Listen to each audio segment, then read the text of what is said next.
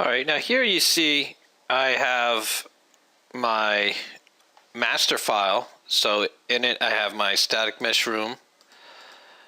I have the placement bone system. And I have my skeletal meshes with their animation on them. So now I'm going to import in the robot, the Maya ready file. So that's rigged and everything for use in Maya. And I'll bring them into the scene. I'm going to scale him and position him. So here's SK Robot Maya ready.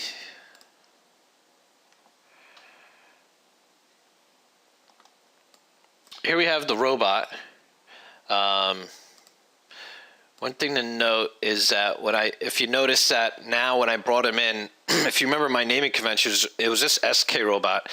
Now what happened is it put this namespace in front of it when you import in other files. So I actually didn't want this SK Robot Maya ready. That's actually the file name, colon, and then the object names that are within that file. And I don't want to do that. It's just going to make things a little bit more complicated to export out because it's changing the name a little bit. So we go back to File, Import. And click on the robot again, Maya ready. Now over here, we have these options. I'm going to turn this off, use namespaces. That's SK Maya Robot. That's where he was coming from.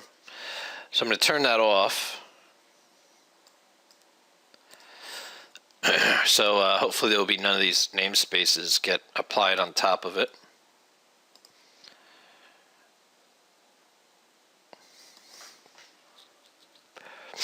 And it did come in, and instead of just that parenthesis, now it has like this underscore here in front of everything.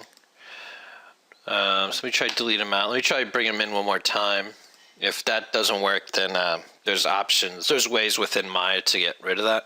I just don't want that on top like that. If I can prevent it, it's because then you might have like naming mismatches, and then the animations might not play. So let's see what other options we have here.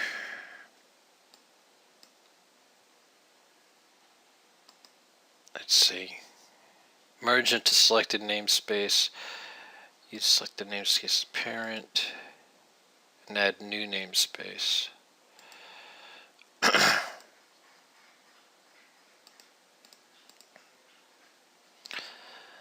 All right, so resolve. Maybe this was it. It should all nodes, everything that comes in gets this kind of file name applied to it.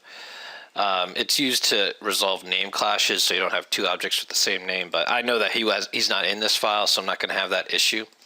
So let me try turning this. First, I turned off use namespaces, and then I turned resolve to clashing nodes, meaning only those nodes that have naming conflicts, only rename them. And now we got what we wanted. Now I have my SK Robot, control, scale, non-scale. So no namespaces, clean names. So you see now I have my SKs, my room, and my robot. And you see that the robot is too big for this room. Let me turn off the grid here. And so I'm going to select the master controller and just scale him down to something that's more appropriate. I'm going to move him over to the doorway.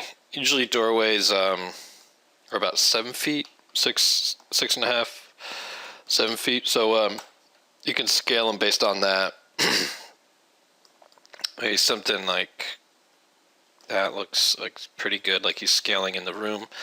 I can also bring him over to this chair and take a look how he'd sit in the chair.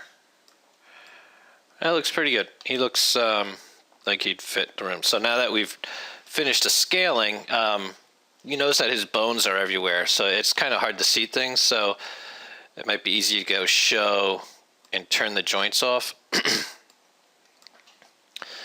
And it's much easier to look at. So now we can position him. And note in the layers here that these are actually two two that you can tell by the naming that these are actually the other two files I brought in that I didn't like, ended up deleting them. So you can just like select the two files, go layers, delete selected files, because this is the geo layer here. This is for the robot. You see him turning on and off. So I cleaned up my layers a bit because I brought him in a few times. So let's say I'm going to position him by the vase, and let's say maybe he's kind of either there's an earthquake and the vase is shaking, he's trying to hold it up from breaking, or he's actually the one shaking the vase. So I'm going to just show the joints back for a second. Click on the vase root just so to see how long this animation is. It goes to 48 frames, so I'm just going to adjust this to 48. Hide the joints again. That lamp is a little distracting to have it animating in the background while trying to focus on this, so I'm just going to hide that. Control H. So let me get him to a position. I'm using the master controller to position him where he needs to be. So it looks like the vase kind of falls and then it wobbles a bit. So maybe he kind of starts a little bit away. I'm going to do this anyway to show you that the SKs actually move away from their root, and that's the same actually for characters. So I'm going to move him a little bit away and actually have him kind of like walk up and kind of grab the vase and hold it in place. So now he's a little bit far away. I can show the joints. You can see his root is going to be here, and we're actually going to create a placement bone for it and everything. He's going to be treated just like a skeletal mesh, just like all the others I trained you on. So let's start him here. Now we kind of use the master controller to scale him to the appropriate size, position him, sorry, both translation and rotation to get to his starting pose, wherever you want him in scene. And let's say that I want him to kind of grab, right when there's that drop right here, he's going to grab it and kind of do a full body step in. So I can kind of start to figure out how I'm going to key this guy.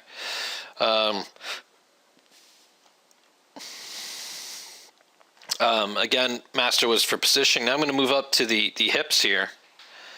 And I'm going to start animating first on those hips. A useful way is to turn local orientation on, so now he's kind of going along his local axis. So I'm going to key him because he starts here, and maybe about here he does a quick lunge to grab that that vase that's falling. Quick rotation in. Kind of has to turn his body to grab. Maybe he drops down a little bit. So it's kind of a quick lunge in. And he gets that vase, quick little hold, and maybe he falls. His body momentum keeps continuing. And maybe it comes up. So this hold is a little long. I'm just gonna maybe delete that key. So he grabs the vase, and actually like a 1 second hold, just to show that he kind of pulls back his momentum a bit as he hits his stride with the vase, and he'll come up, and I'm just going to move this key out a little bit. All right, so now he kind of comes in quick, and then he gets that slow body in, and then he kind of, we can see that he'll come in, he'll hold it, and then the vase kind of falls back on him, so maybe he kind of drops and back with the vase a bit. It's like a recoil. That's a bit extreme, but it actually looks pretty good. So I'm gonna move him up a little bit, set that key.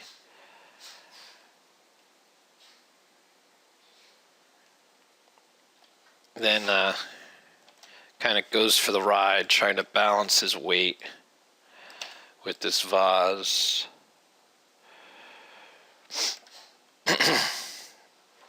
So you see him kind of blocking out his major motions that I would see him do.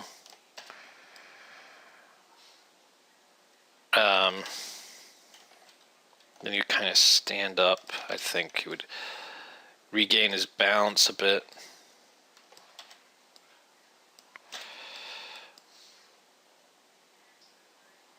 And that's pretty much the animation. So he'll come in, kind of wrestle with the vase a bit, and then he'll stand back up. So he might want to, like it's like that vase is settling out, and so he might kind of go back to his original stance at the end, so that he'll loop. So I can copy this last key, paste it here. And let me also click here, make sure that it's playing at real time, which it is. All right, so the thing is something like this. He'll come in, he'll hold it, and he'll back away.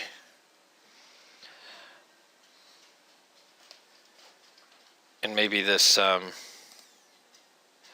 maybe this key right here, you can delete this. Maybe he just goes back to his ordinary stance, a little slower.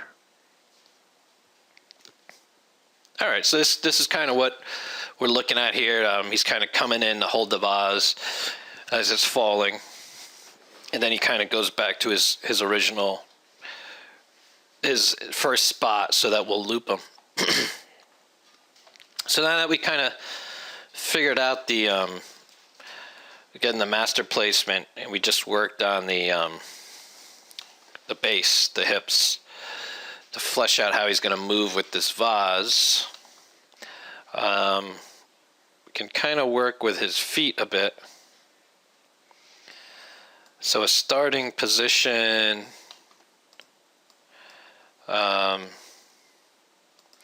actually he should be just lower his base a little bit, so he just has slightly bent knees. I'm going to copy that, so it's not his knees aren't completely bent out like that.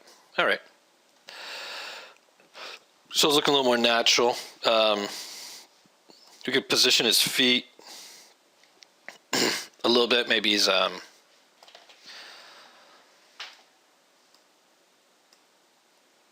maybe you can have a little toe roll. And again, you see the rotation is not lined up, so we can go to local rotation. So it's lined up with his foot. Just lift his foot up a bit, maybe toe roll it the other way. So he's like planting. He's got the weight on this foot. Before I do that, let me see if, make sure, okay, yeah, that looks about right. I'm just making sure that when he moves forward, the weight, how he's going to deal with this. So as he's coming in here, we could have, let's see if we roll.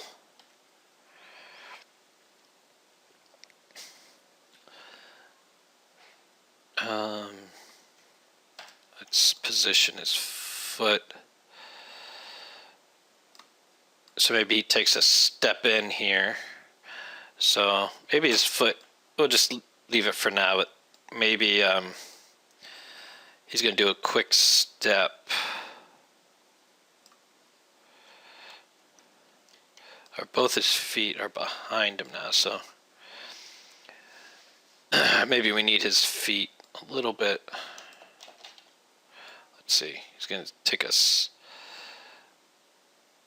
step forward really quickly. So almost like within a few frames, it looks like he needs to get to where he's going to be to plant his foot down.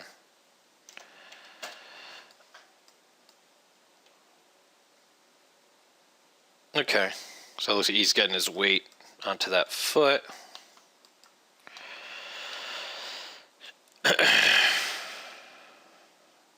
Maybe even a little farther out. He really needs support.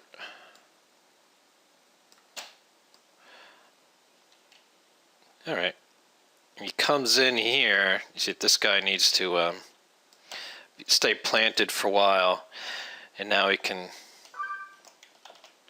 bring his foot in very quickly.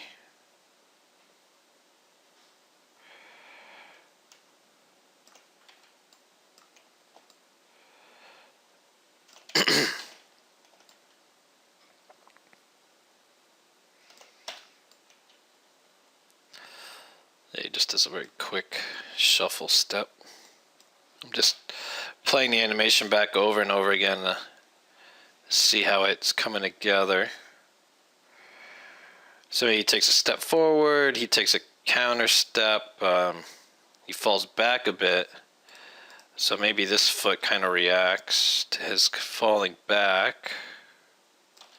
So I'll put a key here saying so it holds this area flat, and he's about to do a quick move, so maybe a little bit and then a big step back.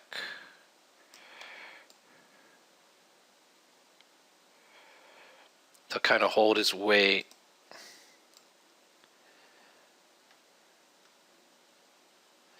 If that happens, maybe this guy comes back too to kind of support himself.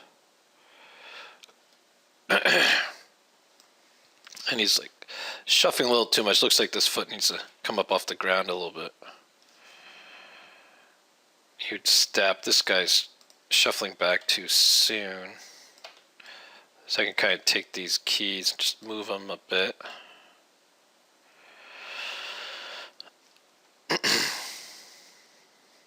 All right, then maybe it looks like he's got his balance back, and maybe he'll take a.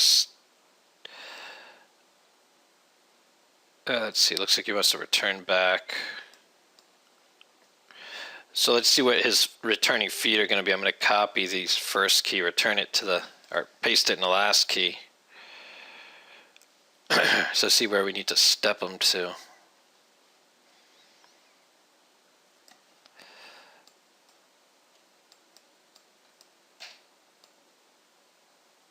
Okay. So I can place another key. Up here looks like he does a quick step back. And now we have to deal with this other foot. Copy his first key.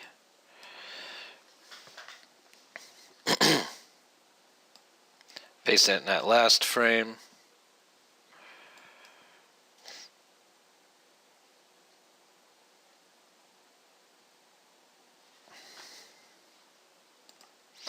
Okay. And there's a lot of motion here on this foot. He steps back here. I think this foot gets planted for quite a while. How's about here? Oh, you see, let me delete that. I have to copy this key because I want the foot to hold this whole time. You see he's sliding back and forth like that. I got a feeling that's the tangents are not right. He should be holding that foot. So let me go into graph editor.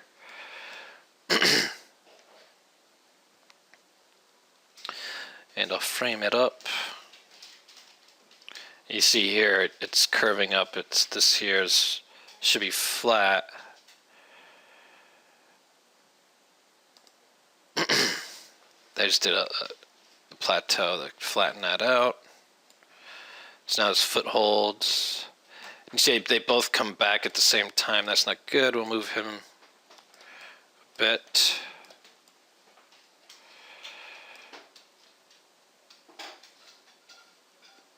So he does this shuffle step. So actually this foot actually should move back first. And that'll give room because the feet are coming through each other right now. So I move him back. That gives me room for this foot again so I can move him back to that original spot. All right. So now we kind of did the lower body. Remember, I focused with the waist. And now it's just moving the legs to kind of account for how that torso, the hips should move. So now I have his feet, I have his whole body planted correctly. So now I can work the body up. See, I really focused on the hips there because that's the most important part of the body to get down, because it's the base of the body, and it's where all your center of gravity, it's where your motion is going to come from. And then I chose, you can either go either direction from there. I chose to do the feet first. I'm going to save this as my master scene because, again, it contains all my animations. I chose to do the feet because the feet support the weight of the body. So how that hips are moving, how the body motion is going, those feet are going to support that. So for me, I just chose to go and do the feet first to support how his hips are going. And now I can work up. I can work my way up. So again, this control is for more fine-tuning the legs. I guess while we're still in the legs, we can look at the pivots here. They call them the pole vectors, to make sure the knees are sticking where they need to. So you get behind him or in front of him, and you kind of see what his knees are doing to make sure they support the weight. So, for example, here, actually, his legs might not be supporting his weight too much. You see right now it's hard for me to click the pole vector because it's in the vase, but you might suspect that his knee would come out a bit to hold his weight better. So remember, key the beginning and the ending because we want it to loop, but at a certain point about here to maybe here, want to pull that knee out to hold that weight, maybe even a little more somewhere around here because he really holds that weight. Actually, I can delete this because he holds his weight pretty good out here. You see as he turns, his leg jumps back. Just make sure that knee is along that center of action. Like right now, he's really off tilt. Like if his knees were really like this, he'd fall over. You see even like this has to come out to hold his weight. But let me jump back. Let me finish up this pole vector, and then we'll account for the other knee. So, always make sure that it's not a straight line. He's pretty much holding his weight out. So that leg looks pretty good. This leg is pretty bad, though. He'd fall right over. So again, I'm doing my start and end frame just to count. So this is good for a bit, but he needs to get, pretty bow-legged because his feet are in a strange position underneath his body. That's good. Somewhere around here, he's going to have to kick it out some more to account again for that weight balance. So that's pretty good. So let's play that a few times, see how his legs are supporting his weight, his actions.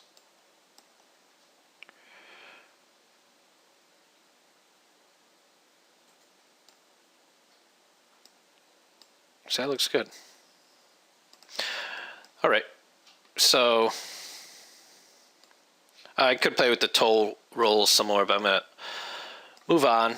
I'm just going to move up to his torso a bit. So when he does that first lunge in,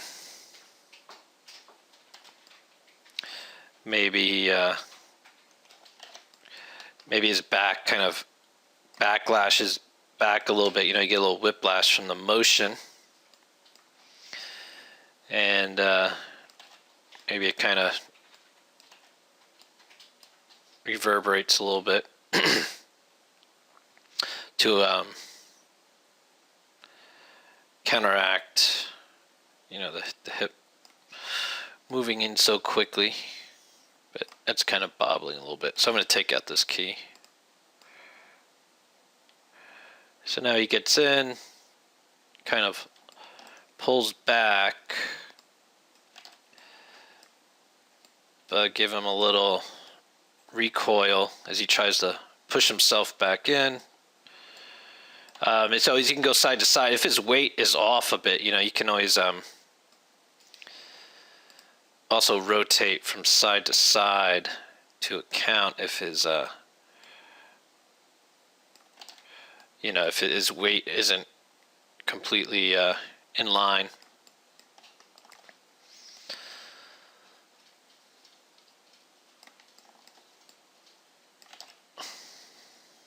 All right, then he kind of comes back to his, I'll just copy that first key,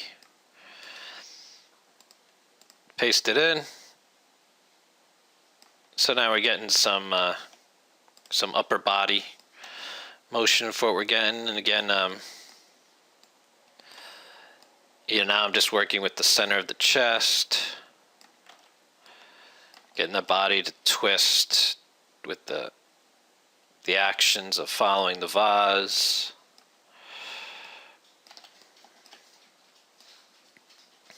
And again, just copy that first key and paste it so that we get in the same exact position. But if he's a little straight, we can adjust those first and last keys so he gets a little adjustment, so he's not perfectly standing straight. Shoulders, usually, I can do them. Usually they support what your hands are doing. So for example, he's going to come in, he's going to catch it right here. So he might have a quick shoulder motion as that he kind of grabs the weight of that vase. And he kind of is countering his weight of his upper body to as he's holding the vase with his hands.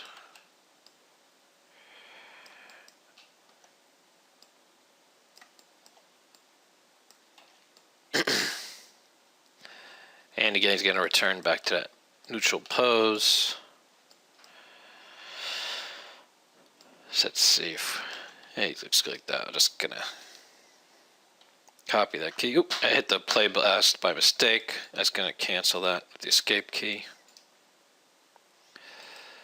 Paste. All right, and we're working our way up.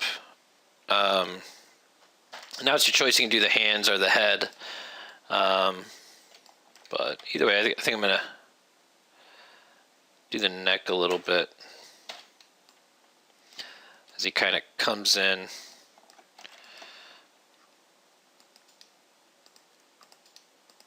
Paste this key to give a few frames of stillness, and he's kind of getting in there to flow with the vase, you know, grab it and do what he needs to do. So his head is pretty much in line with the front of the vase because he's so intently watching it. So I'm just kind of keeping the rotation along with it, and then copy that key.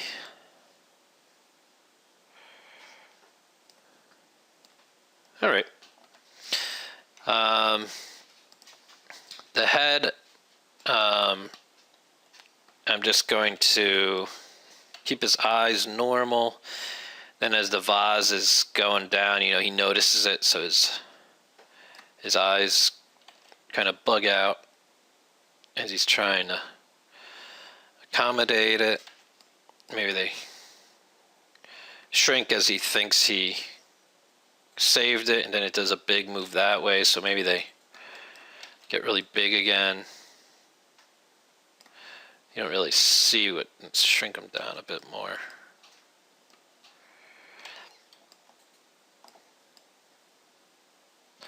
And then they get big as he thinks it's going to drop, and then they kind of shrink down to normal. All right, and then blinking. Usually blinking. Now we're getting, if you want to do blink and make control his eyes, you notice we already have keys set. So if I set blinking keys too, it gets, they kind of like fight with each other. So like the keys I just did were for making the eyes big. So everything else I'm going to click on, I'm going to delete them. Because actually I'm not keying anything, they're all flat. Those are just for these big eyes. So when you're keying attributes on the same, on the same object, same control curve, you gotta be careful if they're doing different things. You might not want to use the S key. You might want to select what you want and do key selected, and it'll just place keys on these elements. So for example, his eyes are open, his eyes get big. Maybe right around here, there's going to be a blink, right? So, oops, I did a, that's true. You can key everything on frame 1. That's true, because everything it's set. But right around here, say I'm just say key select, it'll just key those. And then I'll come in for the blink. Usually it's only a few frames, like 2 frames or so, and it maybe holds for a frame, and then you get the blink comes back. So key selected. So his eyes get big again. And then maybe we'll set them up for one more blink. 2 frames, do a blink. Maybe like a 1 frame hold. Then a 2 frame back to normal eyes. All right, so let's see how that looks. So his eyes get big, kind of blinks twice. All right, so getting some emotions going.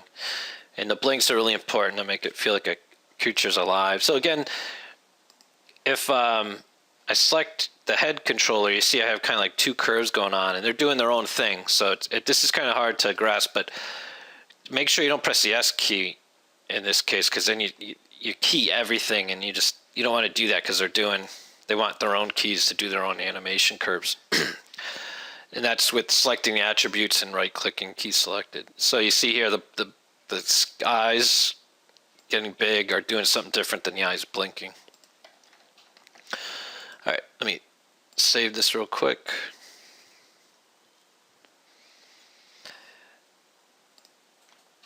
All right, and then next, with the arms, I'm not even going to really play with the FK a bit, so I'm going to select this, turn this to 0, so I can just start to animate this arm. So to start with, I'm just going to put it down by his side. I'm not really going to worry about the wrist rotations at the moment. I'm just going to worry about fleshing out his animation, so maybe that's good to start with. And pretty much it shoots up right away. This is a quick reaction. He sees the vase dropping. So let's get this hand up here and where it needs to go to grab the vase. So I'm gonna place it like there for now, because he comes in. Oops, I didn't want to place it. I want to place it over here. Really quickly he comes in, he grabs that vase. And you see how the hand moves with that body as the body moves. So, this is hand animations, because you're working at the bottom of the chain, it can be hard to keep it there. So just make sure it's kind of staying on point with the vase. You can clean them, clean the hand positions up throughout this thing. But kind of getting it the basic spots where we think it'll be. He's basically holding the vase where he can.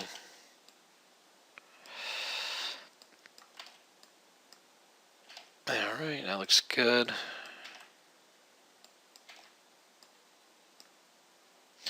And then the vase stops, and so he basically returns back to his position. So again, you just copy, paste.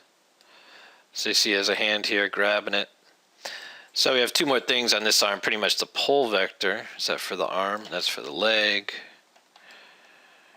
Okay, here, back here. Okay, here's the arm. Alright, so let's key it.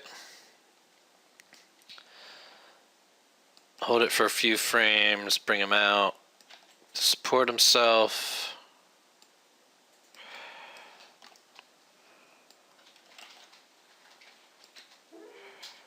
Oops. Alright, keep positioning that elbow so it's where it needs to be for him to support weight. Alright. I think I should delete that. Just copy that first frame. Bring it back. So now we got the elbow done. Now I can go in there and just deal with rotating the hand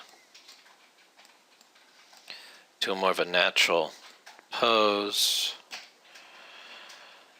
You see how it keys everything.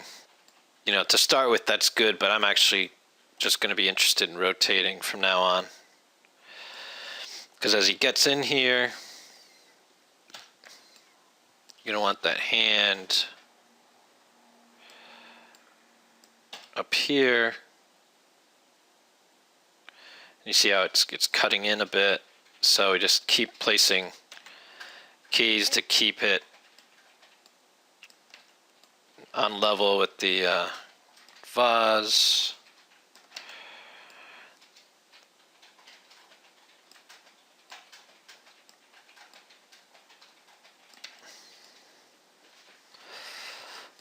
You see how it gets a little far away right here.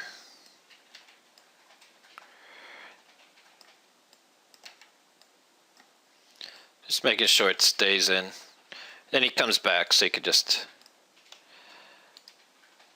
copy and paste. Yeah, I was pressing the S key that whole time, and I had to deal with these I was keying up the fingers too. And I don't actually want to do that because I might want to animate those fingers too. So remember, I was just doing the rotating, so I can go through here. Just delete all these guys out because I wasn't actually keying them. So I can go in here and select these index, middle, and pinky. Just key them. But you see, as now back to frame 0, they're already set like that. But maybe that's good. Maybe starting off his hand would be something like that. Oops. But you see that keyed everything. So it's key selected. So we can move them in.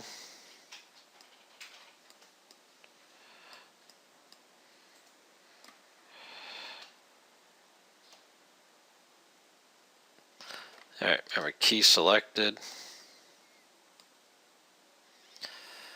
Seems good. Maybe he clenches up here a little bit. Key selected. And here you see he dives in too much, so let's open him up. Key selected. Maybe up here it's back to pretty clenched. Now you see it's going through it.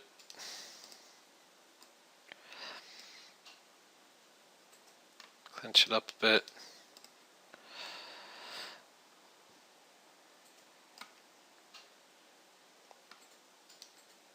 Clench him up.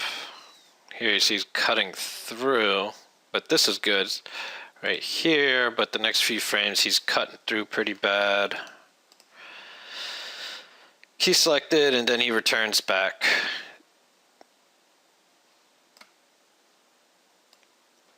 They look a little different, so I'm just going to copy this, paste it. All right, and then maybe the thumb.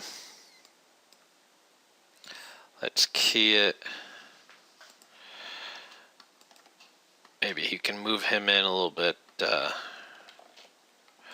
Right now, due to the time, this has been going on for quite a while, so I think I'm going to leave his thumb alone. And I'm just going to quickly animate this hand too, but not as much. I'm not going to spend as much time as I did on the other one. Just wrap this up.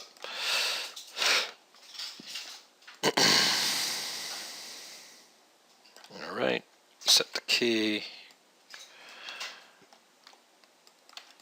bring them in.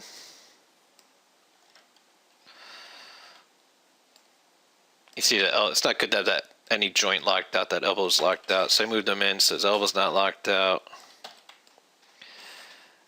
This is going to be hidden from view quite a bit, so I'm not as worried as much. So that was good. Paste him.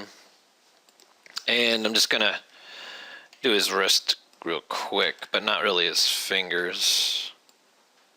Wrist position can have a big influence on how realistic it looks. So I'm just going to do that because it's just one thing to do real quick. All right.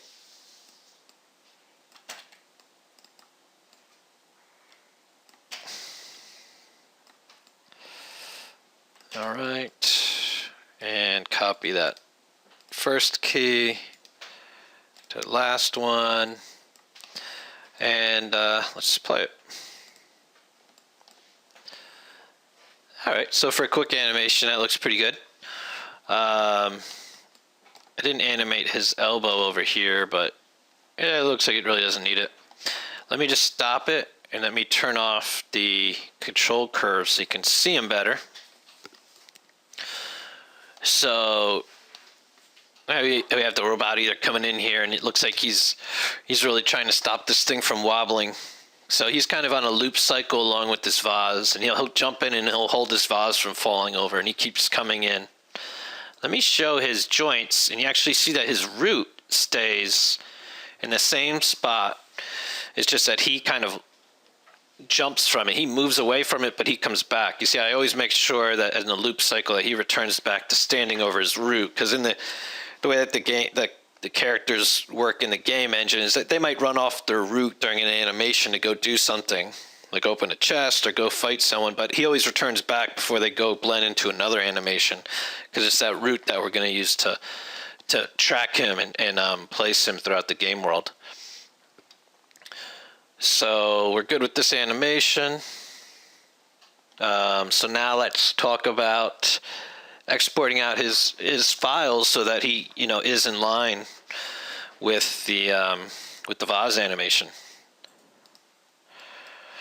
All right, so let me save this.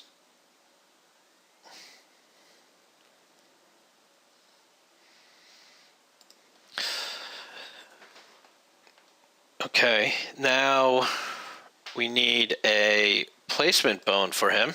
Let me show the joints. Get back out of this view. You notice that all the SKs, if I bring the lamp back, because he was hidden, have a placement bone underneath them, so we just need another one. Open up the room, our structure. I'm just going to duplicate the lamp. All I'm going to do is just snap it onto his root for right now. Actually, let me move it away. Let me see if there's any... There's no information on that root right now. That's because we didn't bake it out yet. But I guess for now I could just hold the V key and just snap it to the root. So at least it has that placement information. So you see as he moves away that his root stays there and that placement bone is staying right there too. So let me call that placement. That's going to be the robot. If you have multiple robots, that would be like robot 01. All right, so you see I updated my my static mesh room by placing that placement bone. So, we're also going to have to export out a new version of our room so that we have a placement of the robot too. Let me save this, because this is pretty much like my final master scene. I have all the information I have. So I'll take my room, which includes that. Actually, I'm not sure if that placement's going to change. Let me focus on the robot right now. So we're going to bring back the curves, and a quick way to bake him out is I'm going to click on his root. I know I have his root, it says root here, and all his bones are green. Now I don't want to go in there and search and find the bones, because there's a lot of bones here. A quick way to grabbing a whole hierarchy of bones is you select the root, the one that's at the top of the hierarchy, go down here where it says Mel. This is the command prompt window. You can type in scripting commands. So I'm going to teach you one real quick. It's select-HI, meaning select the hierarchy. When I click that, you see all the bones turn white, and you see I have multiple bones selected. If I open it up here some more, you see if I keep opening up the bone structure, you see I have all these bones selected. So what I can do is go File, Export Selection. Oh, wait, no, I'm sorry. Before I do that, let me close that. I have to bake the animation onto the bones, because right now all the animation is on the control curves. You see, as I have the bones selected, there's no keys. And those control curves don't go into the game engine. So what you want to do is go Edit Keys, Bake Simulation. It'll run through the timeline. And now you see I have keys on each frame for every single bone in his body. Now, before I do anything, I do have the keys on the root, and I actually don't want that. The root's never actually supposed to be keyed, so I can select the root, and you just say Edit Keys, Delete Keys, just to get the keys off the root. And while you still have the root selected, go Select Hierarchy. So let's select the hierarchy again. Looks good. I have all the bones selected. I can go File, Export Selection. So now I have all the bones of the robot selected with their animation baked onto those bones for the length of the animation, happens to be 48 frames. And I can call it the SK robot, the skeletal mesh name, the ampersand symbol, and for this one we do AC at work. It just means character animation. Difference between technical and character animations, like props versus characters. AC robot. So this is a robot vase loop animation. So you see I'm specifying that it's the robot animation dealing with the vase, and it's looped. So I can export that out. And I'll get some warnings. Again, don't worry about these. These are about that they're basically saying they couldn't carry over the constraint information here, which again is true. You can't bring that constraint information into the game engine with these FBX files. So that's fine. That's why I baked the animation down onto the bones. And it's just saying that my animation curves got switched to, their tangents got switched to linear, which I talked about in previous times. So great. Now the only thing I have left to do is deal with this placement bone. So I placed him on the root, but you can see that the root is oriented that way, and my placement bone is not. He's going in this direction. So I can select his root, the placement bone, remember master slave, using the shift key, and go constrain point. You see he gets placed where he needs to, and you go constrain orient, and hopefully he you see a rotation got recorded. So hopefully he got the rotation recorded on him, so that because the robot's not facing like down an axis, he's kind of rotating the face of this vase. So now that he got that information written on him, on that placement bone, I can go in there and delete those constraints, and you see that that information still got recorded, the translation rotation, and I just use those constraints just to grab that information. That's why I deleted those constraints, because I don't need to still use them. I already got my information. So then the final thing is grab my room, and I'm going to export selected and re-export my room, because now I have the information where the robot's standing contained in my room. And that's Eric room Unity ready. And again, don't worry about the constraints failing. So I'm not going to create the SK for the robot because I did that in the previous video. So now we went through, and I went through how to use the robot rig, how to animate him, and then how to create this placement bone placed on where he's standing in your room, and how to export out his animation file. And I'm going to give you his skeletal mesh file, and then how to re-export your room to record the placement of that robot.